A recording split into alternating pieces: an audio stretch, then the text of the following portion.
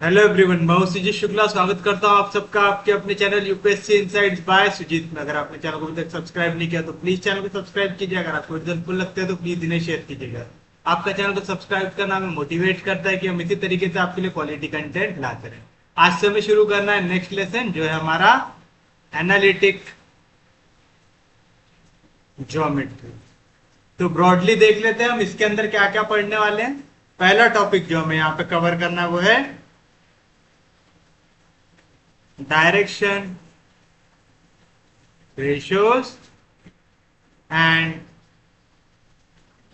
direction cosines. Second, plane. Third, straight line. Fourth, shortest distance. Fifth, skew lines.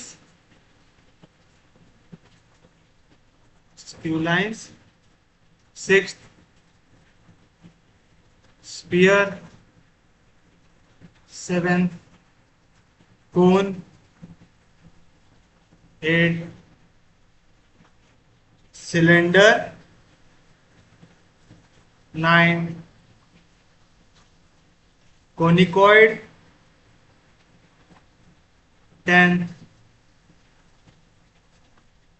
paraboloid.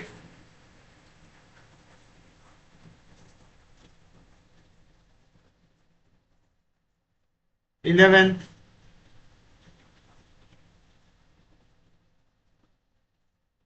generating lines. 12th,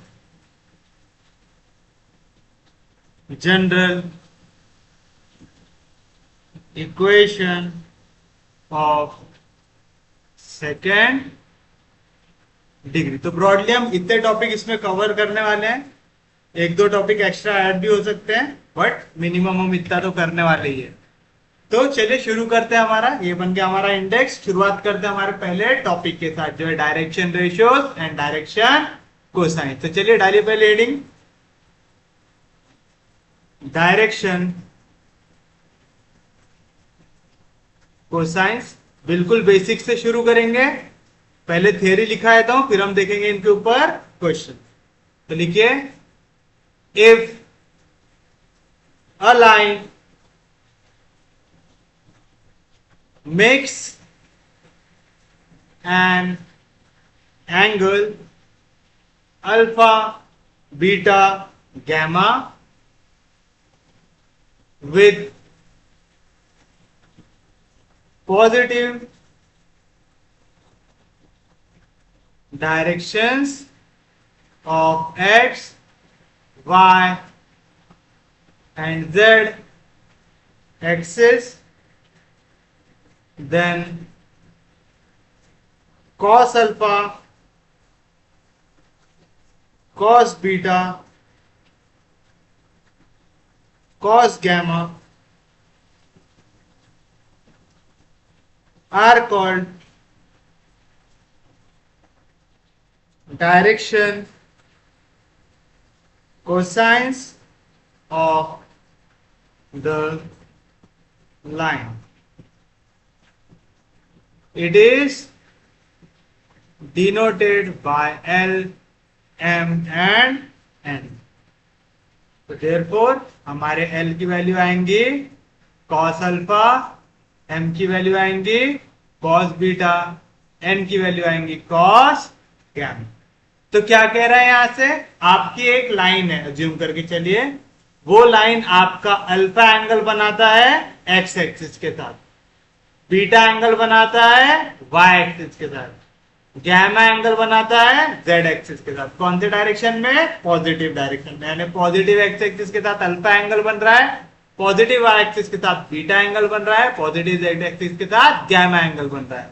तो जब भी आपसे कहेंगे आपको निकालना है डायरेक्शन कोसाइन, तो आपको क्या करना है, डायरेक्शन कोसाइन निकालने के लिए कॉस लेना है। तो एल की वैल्यू रहेंगी कॉस अल्फा, एम की वैल्यू रहेंगी कॉस बीटा, एन की वैल्यू रहेंगी कॉस गैमा। तो ये L comma M comma N क्या डिनोट करेगा उस लाइन का? डायरेक्शन कोसाइन डिनोट करेगा।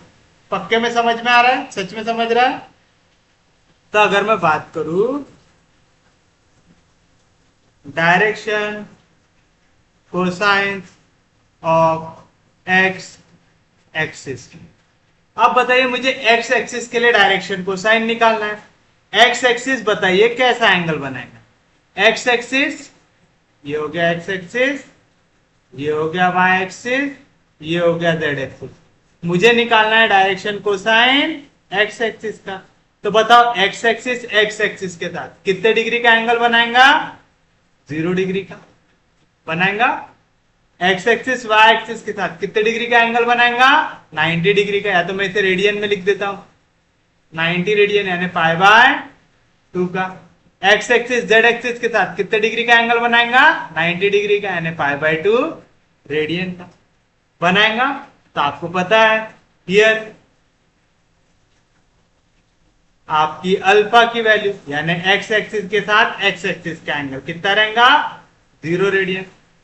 बीटा की वैल्यू वाई एक्सिस का एक्स एक्सिस के साथ कितने डिग्री का एंगल रहेगा? 90 डिग्री यानी पाई बाय 2। और गैमा यानी जेड एक्सिस के साथ एक्स एक्सिस का एंगल कैसा रहेगा? 90 डिग्री, क्योंकि हमें पता है एक्स वाई और जेड ये एक दूसरे को कैसे रहते हैं? परपेंडिकुलर रहते हैं। तो ये भी हो जाएगा पाई बाय 2। तो बताओ देयरफॉर डायरेक्शन कोसाइन क्या आ जाएगा? एल की वैल्यू रहती है कॉस अल्फा यानी आ जाएगा कॉस अल्फा की वैल्यू है 0, कॉस 0 1। एम की वैल्यू रहेंगी कॉस बीटा। बताइए बीटा की वैल्यू कितनी है? पाई बाय 2। कॉस 90 कितना होता है? 0।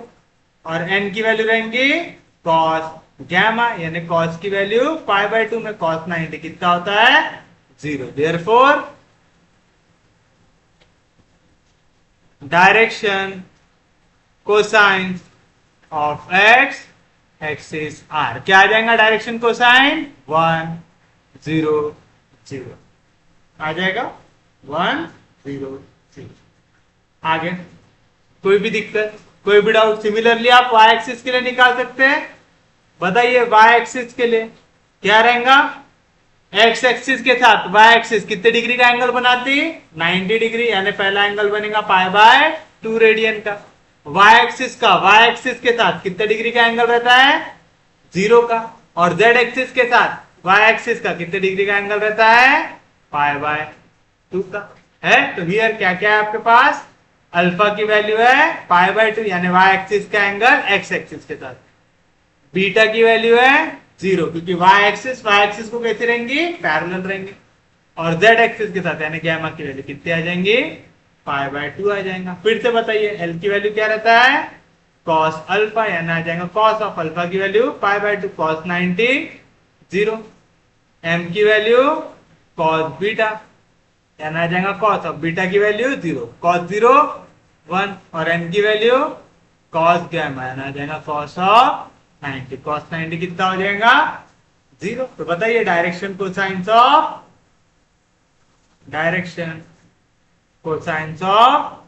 वाई एक्सिस क्या है आपके पास? 0 1 0। तो इसी तरीके से अब तीसरा वाला आप खुद से निकाल लीजिए क्या रहेगा? Direction cosines of Z axis, direction cosines of Z axis are क्या आ जाएगा?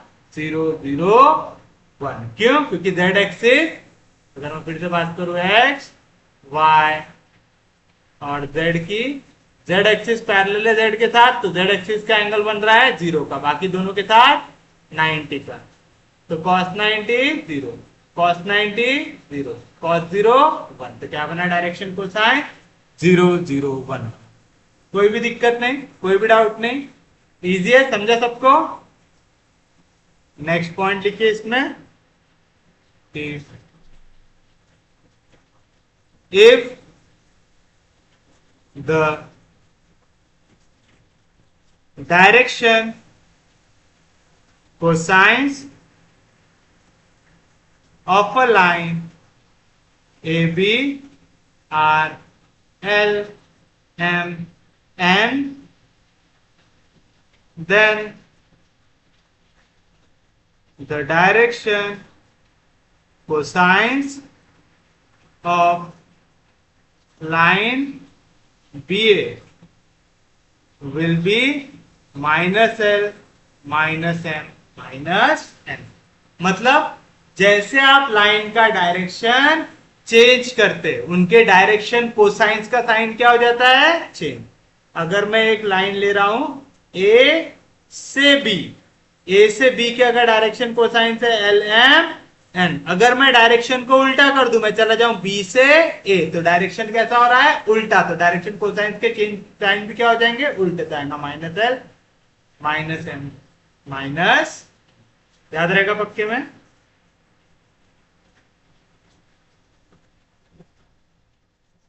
Next point, if L, M, N are the direction cosines of a line OP and length of OP is equals to R, then the coordinates of any point P are LR, MR, NR। मतलब क्या कह रहा है? अगर आपको एक line के direction cosines पता है, मुझे दिया हुआ है कि डायरेक्शन कोसाइंस है एल एम और एन, और मुझे लेंथ ऑफ लाइन भी पता है कि ओ से लेके पी तक का डिस्टेंस, ये मुझे पता है कितना दिया हुआ है? आर। तो अगर ओ के कोऑर्डिनेट तो मुझे पता है क्या होते हैं? 0 0 0 होते हैं। तो मेरा पी का कोऑर्डिनेट क्या बनेगा? L R M R M बनेगा। इजी है, याद रहेगा सबको? ये वाले पॉइंट्स आपको याद रखना है। और last, if L, M and N are direction cosines of a line, then L square plus M square plus N square is equals to 1। यानी क्या याद रखना है आपको? Sum of square of direction cosines कितना आता है? 1 आता है। क्या याद रखना है? Sum of square of direction cosines हमेशा क्या आएगा आपका? 1। इतनी चीजें याद रख लेंगे तो क्या क्या याद रखना है हमें? कि हमेशा हम लोग एंगल नापते हैं पॉजिटिव एक्सिस के साथ। अगर हमारा पॉजिटिव एक्स एक्सिस के साथ एंगल है अल्फा, पॉजिटिव वाई एक्सिस के साथ एंगल है बीटा, पॉजिटिव जेड एक्सिस के साथ एंगल है गैमा, तो डायरेक्शन कोसाइंस कैसे निकालते हैं? डायरेक्शन कोसाइंस पहले हम डिनोट करते हैं एल से, जिसकी वैल्यू रहती है कॉस अल्फा। दूसरा डायरेक्शन कोसाइन एम से, जिसकी वैल्यू रहती है कॉस बीटा। तीसरा डायरेक्शन कोसाइन एन से, जिसकी वैल्यू रहती है कॉस गैमा रहती है। अगर L M N direction cosine है लाइन ए बी के, और मुझे चाहिए लाइन बी ए के डायरेक्शन कोसाइन, तो मुझे क्या करना है? क्योंकि मैंने सिर्फ और सिर्फ डायरेक्शन चेंज किया तो इनके साइन क्या हो जाएंगे? चेंज। तो minus L minus M minus n, ये हो जाएंगे मेरे direction cosine of line B A हो जाएंगे। क्योंकि आपके l M N direction cosine है, तो याद रखना sum of square of direction cosine हमेशा कितना आता है हमारा? 1 आता है। ये भी याद रहेगा सबको। और एक चीज आपको याद रखना, अगर हम बात कर रहे हैं लाइन ओपी की, कर रहे हैं, मुझे ओपी का डिस्टेंस दिया हुआ है आर, डायरेक्शन कोसाइन दिया हुआ है एल एम एन, तो मेरा कोऑर्डिनेट ऑफ पॉइंट भी क्या आएगा? L R M R N R आएगा। इतनी चीजें याद रख सकते सब लोग। चलिए देखते हैं इसके ऊपर एक क्वेश्चन। देखिए क्या दिया हुआ है? What are the direction cosines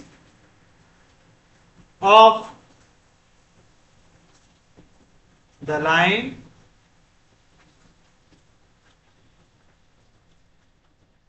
equally inclined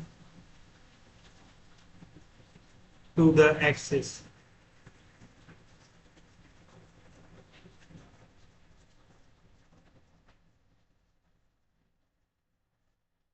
how many such lines are there. बताइए क्या बोल रहा है क्वेश्चन आपका। आपसे पूछ रहा है what are the direction cosines of line which is equally inclined to the axis, यानी एक्स एक्सिस, वाई एक्सिस और जेड एक्सिस के साथ अगर एक लाइन इक्वल एंगल बनाते हैं तो आपको बताना है ऐसी कितनी लाइन आपकी पॉसिबल है और इन लाइंस का डायरेक्शन कोसाइन क्या आता है बताना है। तो चलिए हम ले लेंगे कि एक्स एक्सिस के साथ ये एंगल बना ले अल्फा, वाई एक्सिस के साथ बीटा और जेड एक्सिस के साथ गैमा। तो सॉल्यूशन में आप क्या लिखेंगे, लेट द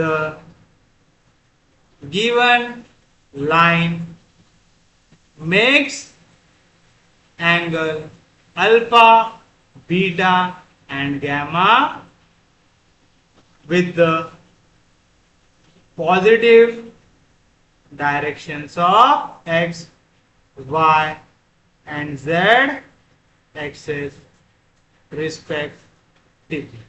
समझा मैंने क्या लिखा कि x एक्सिस के साथ ये एंगल बना रहा है अल्फा, y एक्सिस के साथ बीटा और z एक्सिस के साथ गैमा बना रहा है ऐसा angle.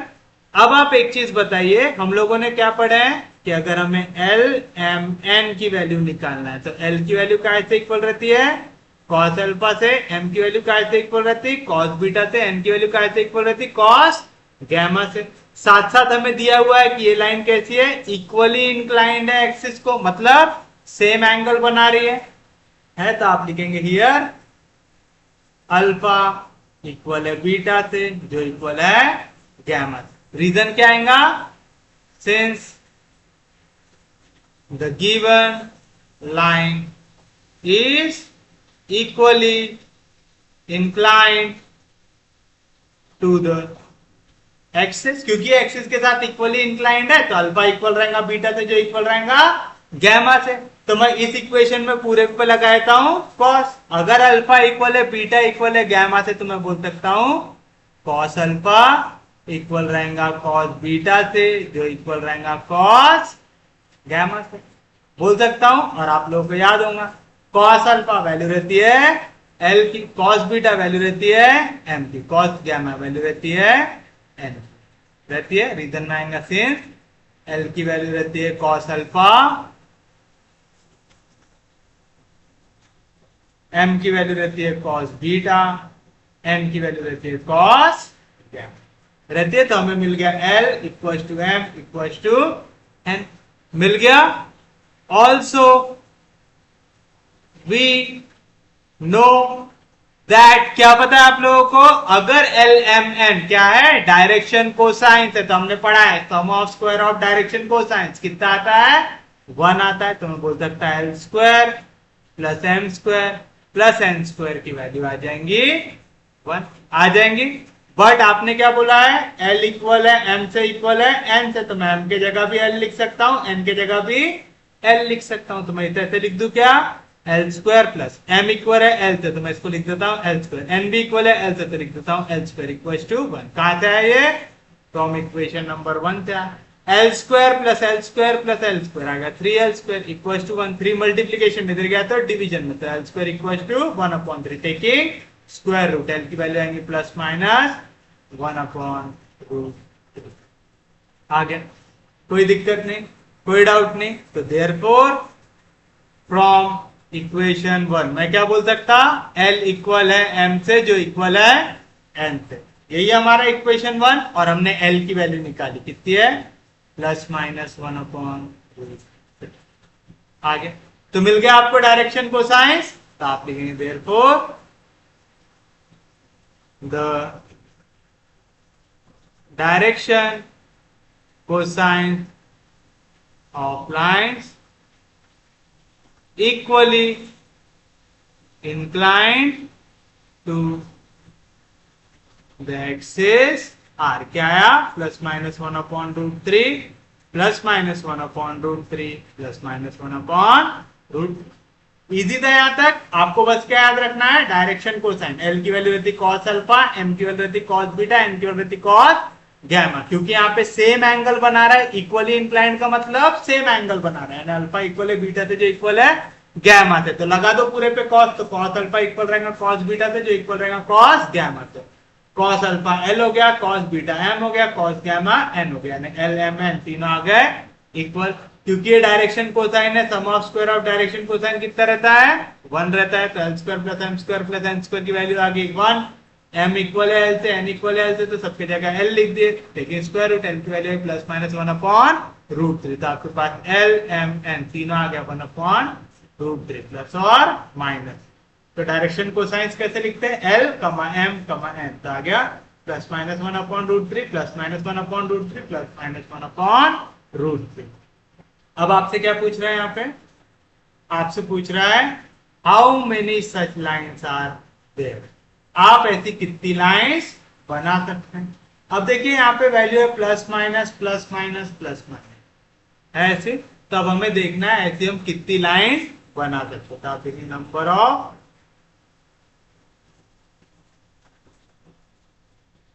Possibilities of such lines, बताइए क्या हो सकता है।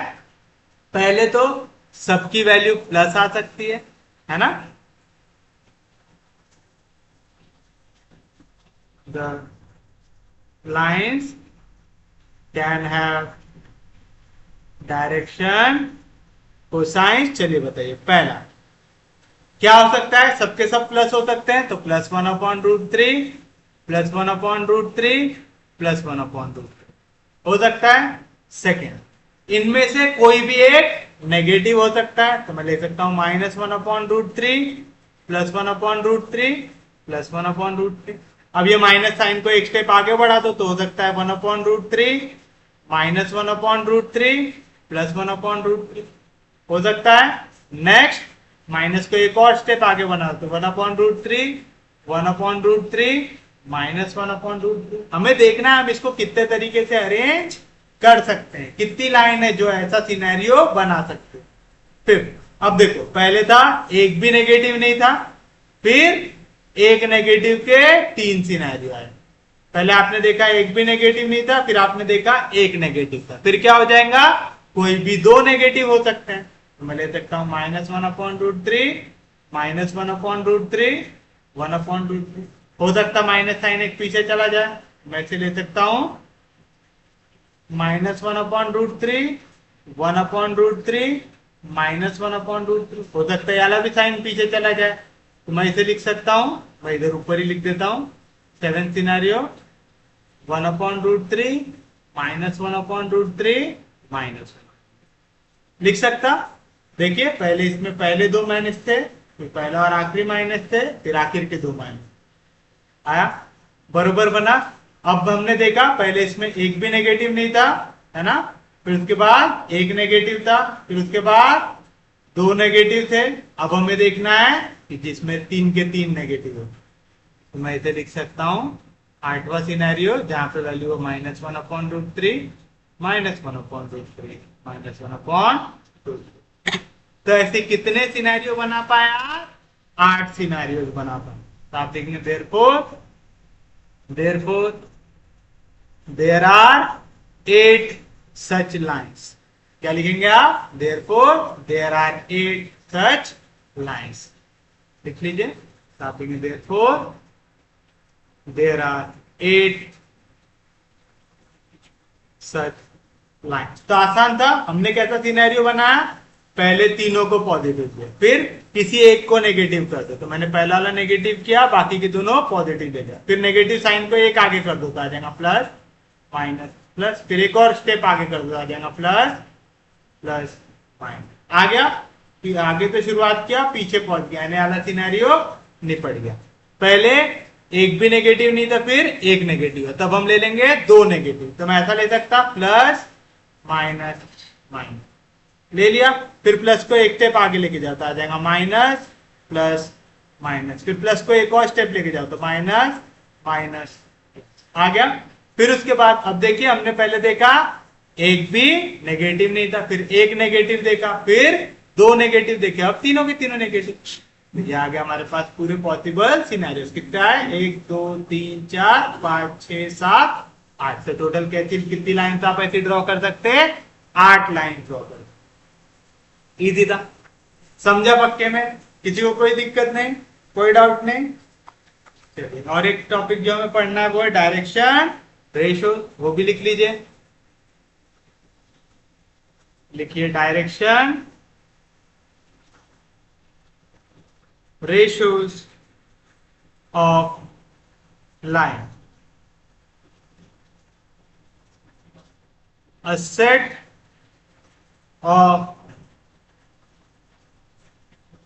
three numbers A, B, C,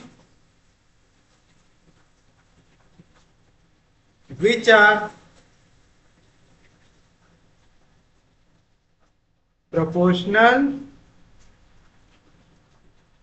to the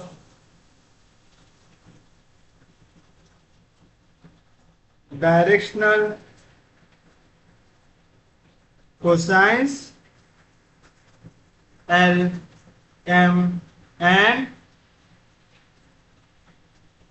respectively of a line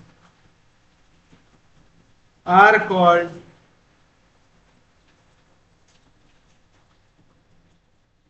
direction ratios of the line. पहले पूरा थ्योरी लिख लेते हैं।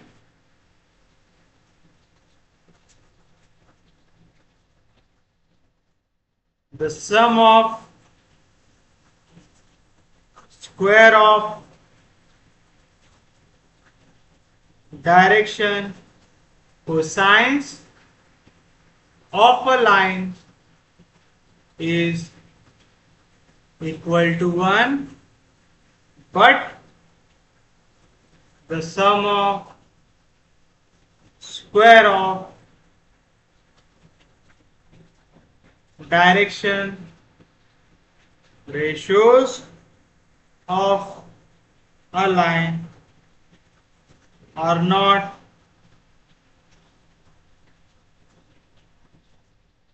equal to 1.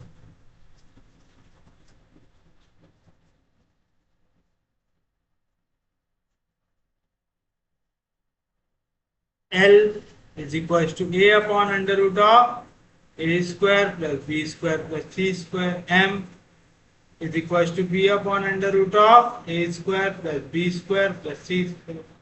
N is equals to C upon the root of A square plus B square plus C square.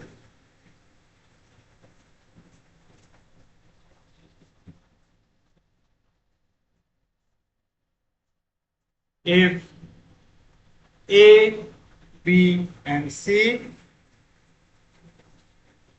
are the direction ratios of a line, then KA, KB, KC are also direction ratios of same line where K is not equal to 0.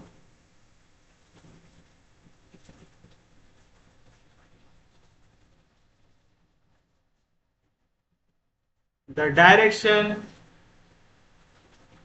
ratios of line joining the points x1, y1, z1 and x2, y2, z2 are x2 minus x1, y2 minus y1, z2 minus z1.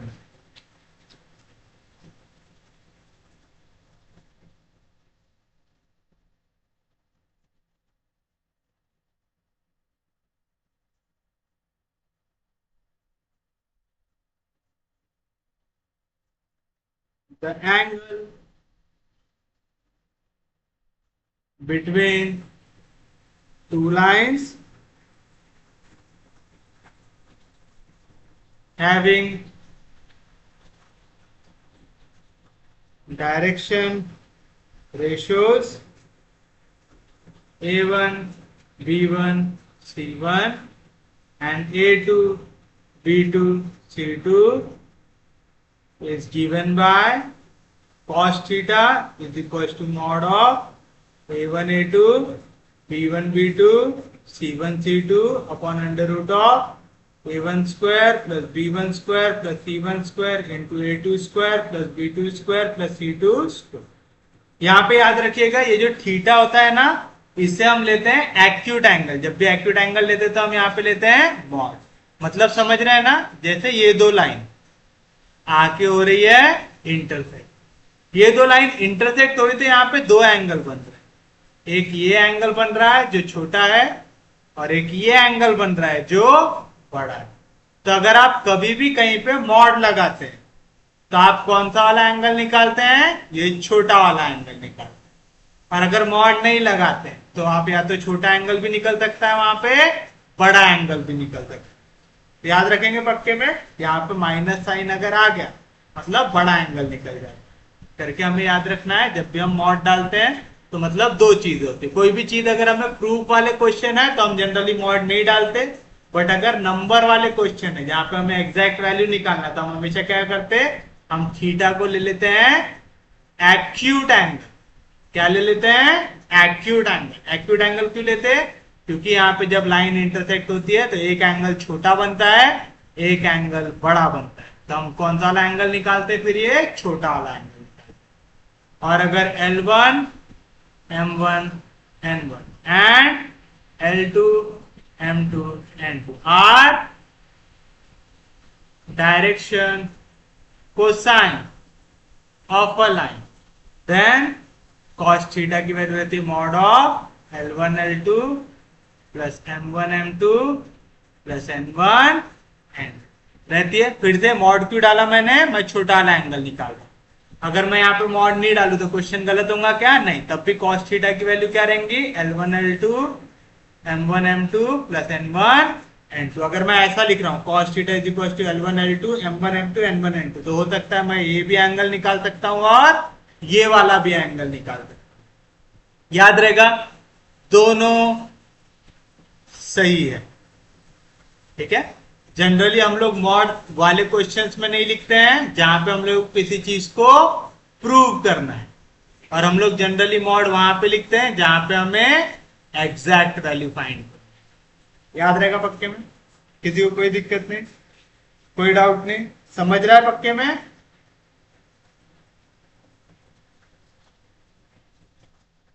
If two lines are parallel,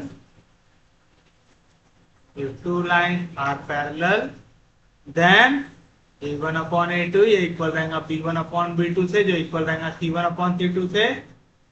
If two lines are perpendicular, then A1 A2 plus B1 B2 plus C1 C2 की value आ जाएंगी 0। याद रखेंगे पक्के में? अब देखिए मैं क्या क्या चीजें हमने यहाँ पे लिखे हैं। हमने सबसे पहले लिखे 3 नंबर A B C जो प्रोपोर्शन में रहेंगे डायरेक्शन कोसाइंस के साथ, उसे हम बोलते हैं डायरेक्शन रेशियोज ऑफ लाइन। मतलब अगर ये आपको रेशियोज प्रोपोर्शन में दिए हुए हैं, जैसे अगर आप L अपॉन A ये इक्वल आ रहा है M अपॉन B से, जो इक्वल आ रहा है N अपॉन C से, अगर आप ये कंडीशन निकाल पा रहे हैं तो A B C क्या रिप्रेजेंट करते हैं? डायरेक्शन रेशियोज रिप्रेजेंट करते हैं। याद रखिएगा L square plus M square plus N square की वैल्यू क्या होती है?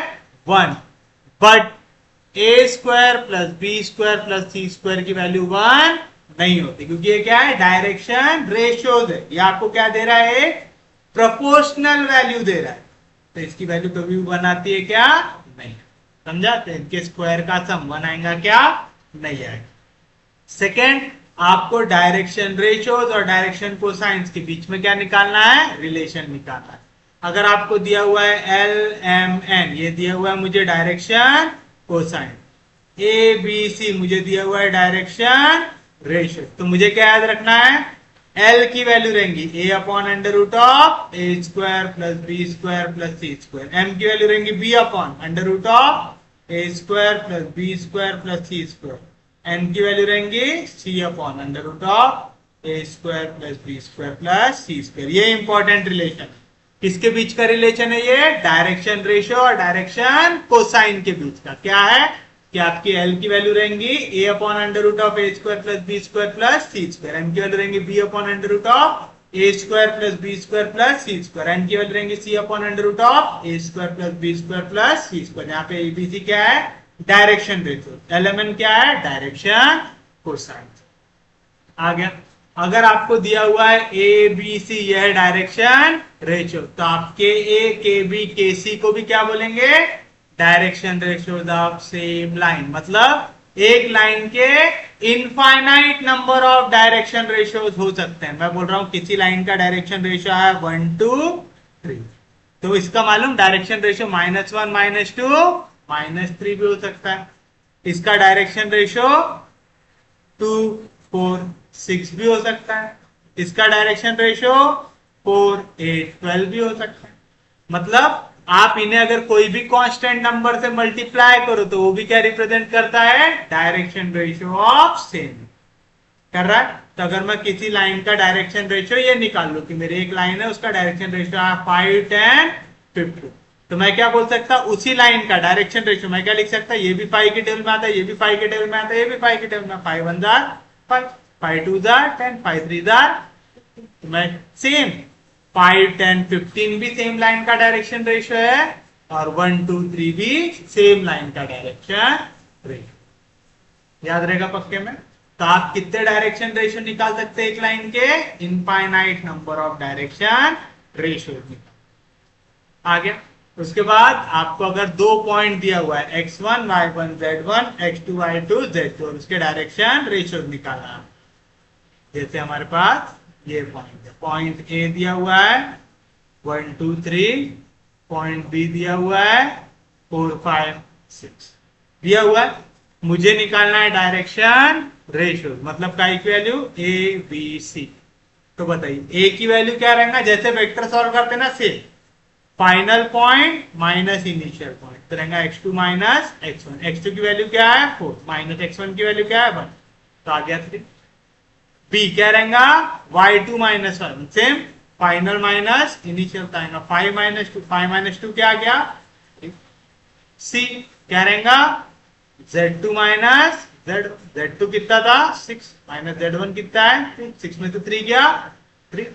तो बताओ therefore direction ratio of line A B क्या आ गया, ए बी सी क्या आया 3 3 3 आया।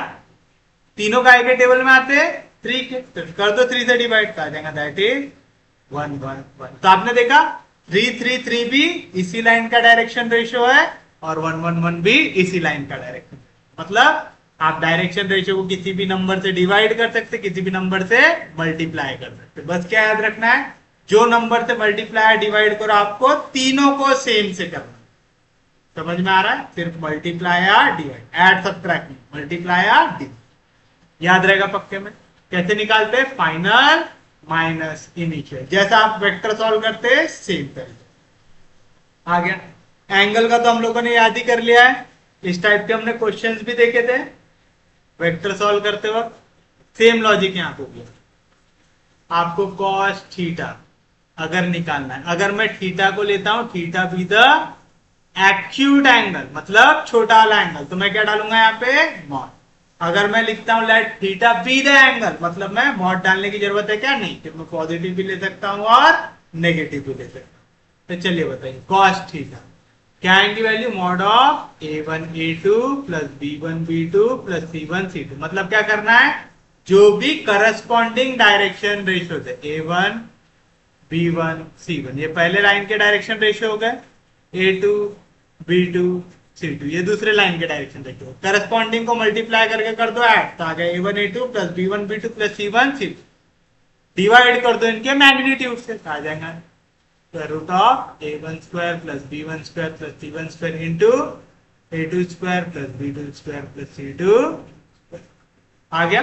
सेम चीज अगर आपको L1 M1 N1 ये दिया हुआ है direction cosines of line, L2 M2 N2 ये दिया हुआ है direction ratios of line, direction cosines of line, तो cos थीटा की वैल्यू क्या आ जाएंगे आपके पास, L1 L2 plus M1 N2 plus N1 आ जाएगा।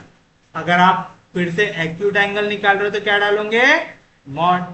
एक्यूट एंगल नहीं निकाल रहे तो यहाँ पे मॉड डालने की जरूरत है क्या, नहीं। याद रखिएगा जब भी टू प्रूव वाले क्वेश्चन हो तो हम मॉड नहीं डालते, बट जहां पे भी हमें एग्जैक्ट वैल्यू चाहिए रहती है, एग्जैक्ट एंगल निकालना रहता है, हम यहाँ पे मॉड डाल देते हैं और हम लिखते let theta be the acute angle.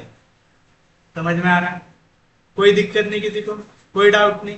साथ साथ एक लास्ट चीज जो आपको याद रखना है, अगर आपको दिया हुआ है दो लाइन पैरेलल है, पहले लाइन के डायरेक्शन रेशियो है a1 b1 c1, दूसरे लाइन के डायरेक्शन रेशियो है a2 b2 c2। अगर दोनों की दोनों लाइन पैरेलल है तो इनके डायरेक्शन रेशियोज क्या में रहेंगे, प्रोपोर्शन, यानी a1 अपॉन a2 इक्वल रहेगा b1 अपॉन b2 से, इक्वल आएगा c1 अपॉन c2। और अगर ये दोनों की दोनों लाइन रहेंगी परपेंडिकुलर तो उस दिन उसमें याद रखिएगा कि करस्पॉन्डिंग का मल्टीप्लीकेशन का सम कितना आ जाएगा आपका, 0, यानी a1 into a2 plus b1 into b2 plus c1 into c2, इसकी वैल्यू क्या आ जाएंगी, 0 आ जाएंगी। तो इतनी कंडीशंस आपको याद रहनी चाहिए। उम्मीद है समझाऊंगा, किसी को कोई दिक्कत नहीं, कोई डाउट नहीं। अब थोड़े से हार्ड हार्ड क्वेश्चन देखें इनके ऊपर। चलिए देखिए क्या दिया हुआ है, if a variable line in two adjacent position has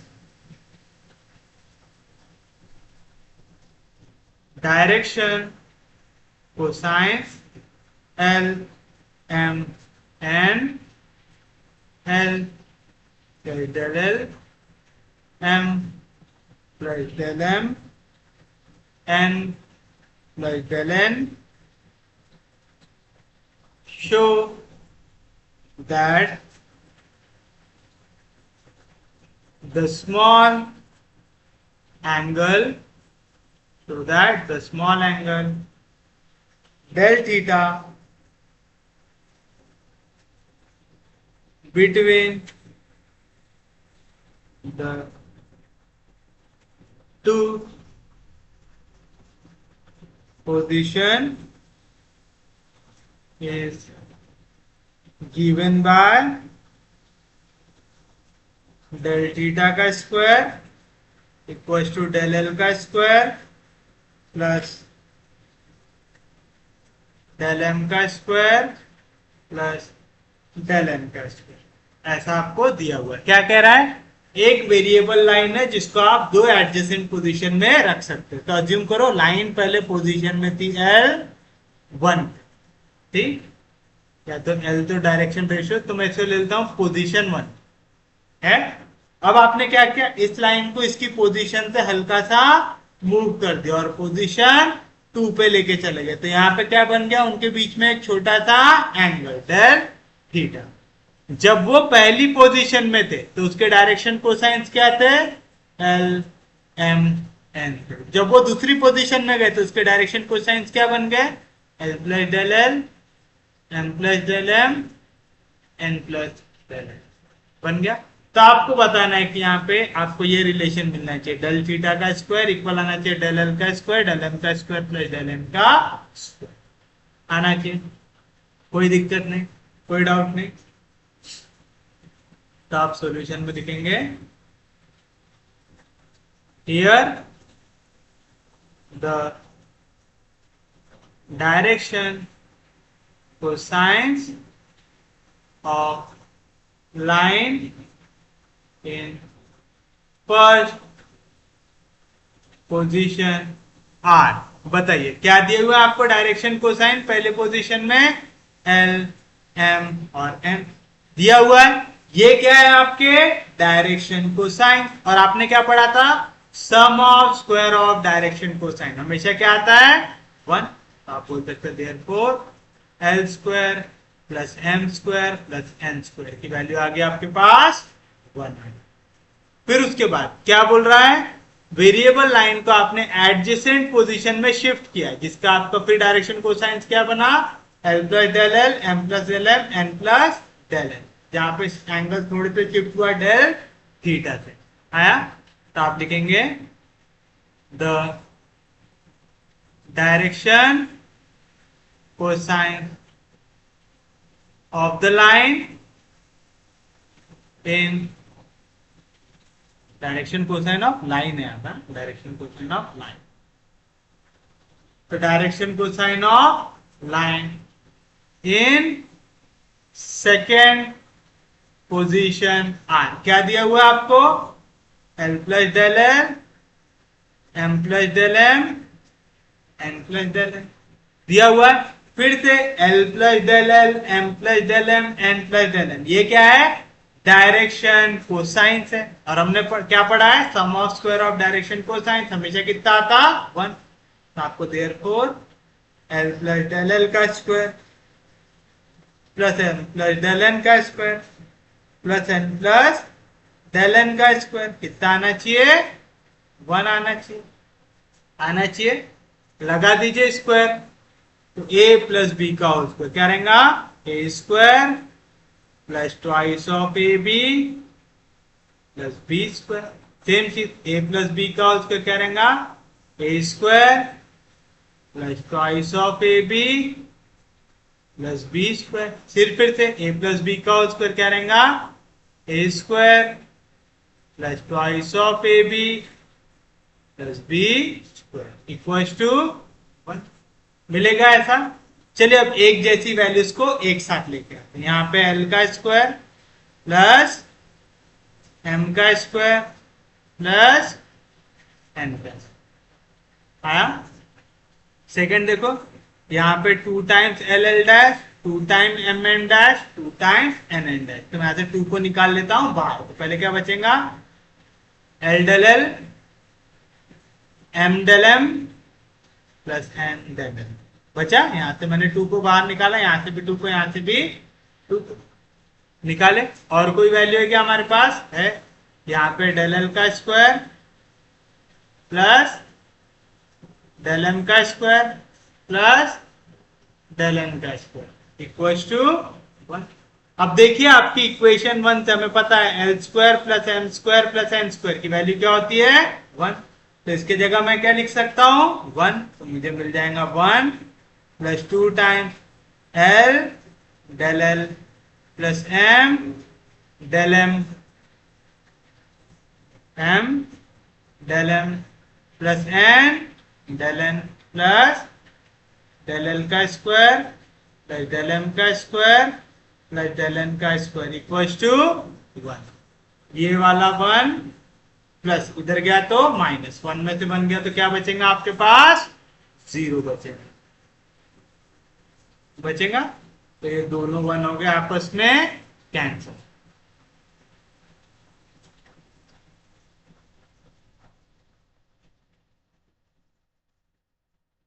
हो गए दोनों 1 कैंसिल। तो आपको बचा यहाँ पे वैल्यू 0 बचा। तो यहां से आपको क्या मिला डेल एल का स्क्वायर प्लस डेल एम का स्क्वायर प्लस डेल एन का स्क्वायर। इसकी वैल्यू क्या आ गई -2 times L del L plus M del M plus N del N आ गई इक्वेशन नंबर 2। अब हमें क्या चाहिए हमें चाहिए इनके बीच का एंगल चाहिए। तो आप देखेंगे left here del theta is angle between the two given positions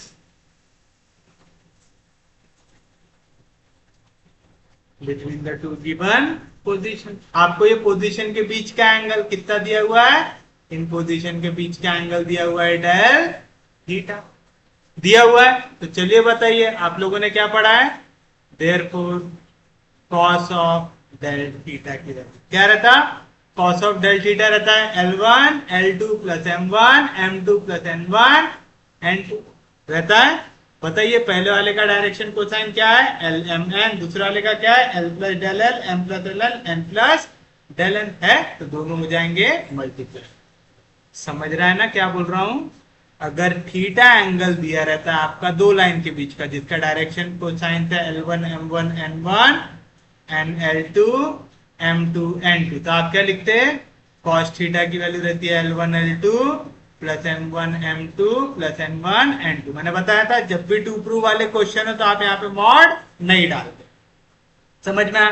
तो cos थीटा की वैल्यू क्या रहेंगी L1 L2 plus M1 M2 plus N1 N2 आएगा। यहां तक किसी को कोई दिक्कत नहीं, कोई डाउट नहीं? तो चलिए बताइए क्या करेंगे हम लोग यहाँ पे हमारे पास पहली लाइन का L1 M1 N1 की जगह डायरेक्शन रेशियो क्या है L M N, L2 M2 N2 की जगह जो हमारी दूसरी लाइन है उसका डायरेक्शन रेशियो क्या है आपके पास, डायरेक्शन कोसाइन क्या है L plus del L M plus del M N plus del L की जगह आ गया L1, M की जगह आ गया M1, N की जगह आ गया N1, L2 की जगह L plus del L, M2 की जगह M plus del M, N2 की जगह N प्लस डेल N। तो cos थीटा की वैल्यू क्या रहेगा L1 इंटू L2, L1 की जगह L इंटू L2 की जगह L plus del L plus M1 M2, M1 की जगह M इंटू M2 की जगह M plus del plus N1 into N2, N1 की जगह N प्लस N2 की जगह N प्लस डेल आएगा। कैसे निकाले समझा? पक्के में समझा? सच में समझा? तो क्या मिला आपको cos of del theta equals to bracket करो open L into L L square plus L into del L plus M into M M square plus M into del plus N into N N square plus N into del आएगा ऐसा।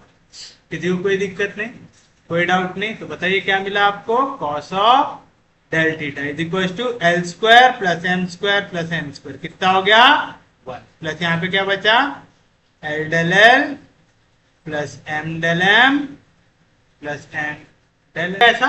अब आप देखिए हमें अगर equation 2 से इसे compare करना हो तो हमारे पास यहाँ पे L del L M del M N del L, L del L M del M N del L दोनों जगह पे सेम वैल्यू है, तो मैं यहां से ये वैल्यू सब्स्टिट्यूट कर सकता है इसमें, बस मुझे यहाँ पे +1 उधर कर दूंगा तो -1 हो जाएगा। तो मैं लिख सकता हूँ cos of del theta -1 is equal to L del L plus M del M plus N del N लिख सकता। मैं इसे दे दूंगा इक्वेशन नंबर 3।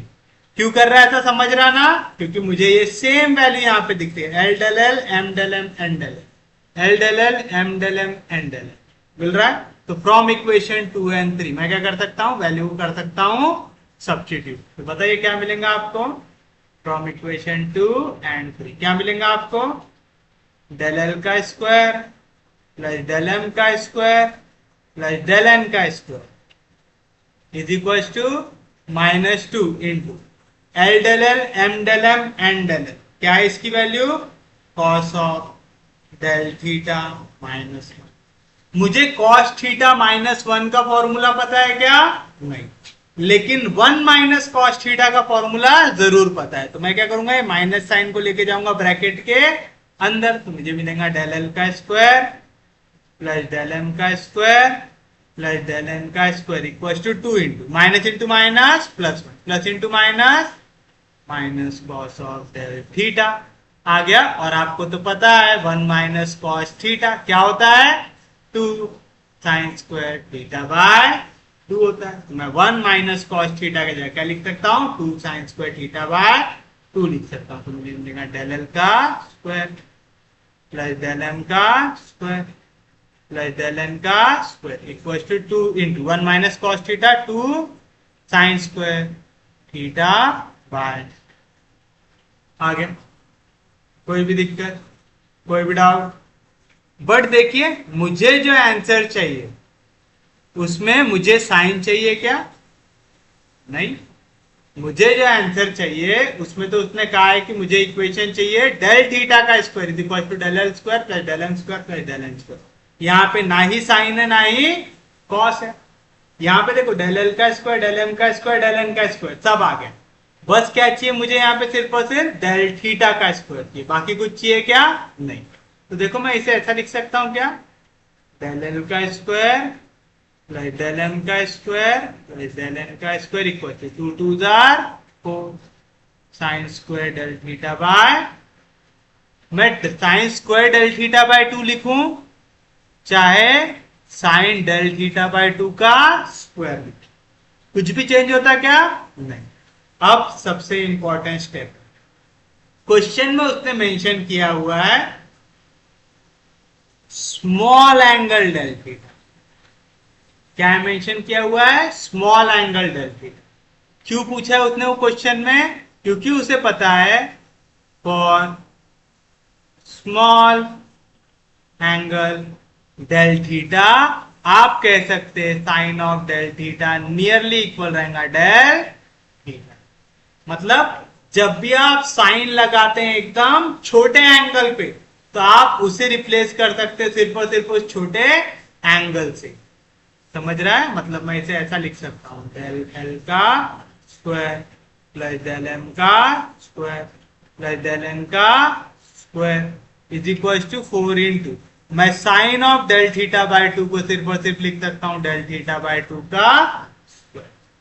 तो ये चीज याद रखिएगा, हम यहाँ पे यही मेंशन कर देते हैं कि for small angle del theta sine of del theta by 2 को मैं लिख सकता हूं डेल थीटा बाय 2। अब पता चला उसने स्मॉल एंगल क्यों मेंशन करके रखा था क्वेश्चन में। याद रखिएगा हमेशा अगर आपको कोई एक छोटा सा एंगल थीटा दिया हुआ है, if theta is very small, theta की वैल्यू अगर बहुत ज्यादा छोटी है तो आप हमेशा याद रखिएगा आप साइन थीटा को लिख सकते हैं सिर्फ और सिर्फ थीटा, क्योंकि साइन थीटा की वैल्यू भी कहां से शुरू हो रही है? 0 से, और थीटा बहुत ही छोटा है, मतलब ये किसके करीब है? लगभग 0 के करीब। याद रखेंगे। तो ये सबसे इंपॉर्टेंट स्टेप है। आपको जब भी स्मॉल एंगल मेंशन्ड है मतलब आपको बता रहा है कि आपको वहां पे साइन में क्वेश्चन बनाना है। आपने देखा हम तो कॉस पे सॉल्व कर रहे थे, हमने कॉस को सॉल्व करके साइन में लेके आए, हमने 1 माइनस कॉस थीटा स्ट्रेटेजिकली बनाया है यहाँ पे। क्यों? जब भी हमें दिया रहा है कि थीटा इज स्मॉल, हमें समझ जाना है कहीं ना कहीं पे साइन थीटा बनेगा और साइन थीटा की जगह हम डालने वाले हैं थीटा। क्यों? क्योंकि अगर एंगल बहुत ज्यादा छोटा हो तो sine of that angle is equal to that रहेगा। तो बताइए क्या मिला आपको? आपको मिला डेल एल का स्क्वायर प्लस डेल एम का स्क्वायर प्लस डेल एन का square is equal to 4 time del theta का स्क्वायर बाय 2 का स्क्वायर 4 4 कैंसिल, यानी मैं लिख सकता हूं डेल थीटा का square is equal to del L का स्क्वायर प्लस डेल एम का स्क्वायर प्लस डेल एन का स्क्वायर। यही प्रूव करना था आपको। तो ये रहेगा आपके लिए आपका फाइनल आंसर। उम्मीद है समझाऊंगा, किसी को कोई दिक्कत नहीं, कोई डाउट नहीं। तो आज का पहला लेक्चर हम रखते हैं यहीं तक। प्लीज कल के लेक्चर में आने के पहले इतनी चीजें रिवाइज करके आना। तो क्या क्या रिवाइज करके आना है? अगर मुझे दिया हुआ है एल एम एन, ये क्या है मेरे लिए? डायरेक्शन कोसाइन से। तो आपको याद रखना है एल की वैल्यू रहेंगी कॉस अल्फा, एम की वैल्यू रहेंगी कॉस बीटा, एन की वैल्यू रहेंगी कॉस गैमा, जहां पे अल्फा बीटा गैमा ये क्या है? Angle positive X axis Y axis और जेड एक्सिस के साथ। अगर एल एम एन है डायरेक्शन कोसाइन तो sum of square of direction cosine कितना आता है? 1 आता है। ये भी याद रखेंगे आप लोग। साथ साथ इंपॉर्टेंट चीज और क्या याद रखना है? अगर ए बी सी आपको दिए हुए डायरेक्शन रेशियो तो A square plus B square plus C square ये 1 से इक्वल होता है क्या? नहीं। यानी sum of square of direction cosines तो 1 होता है, लेकिन डायरेक्शन रेशियो के लिए 1 होता है क्या? नहीं होता है।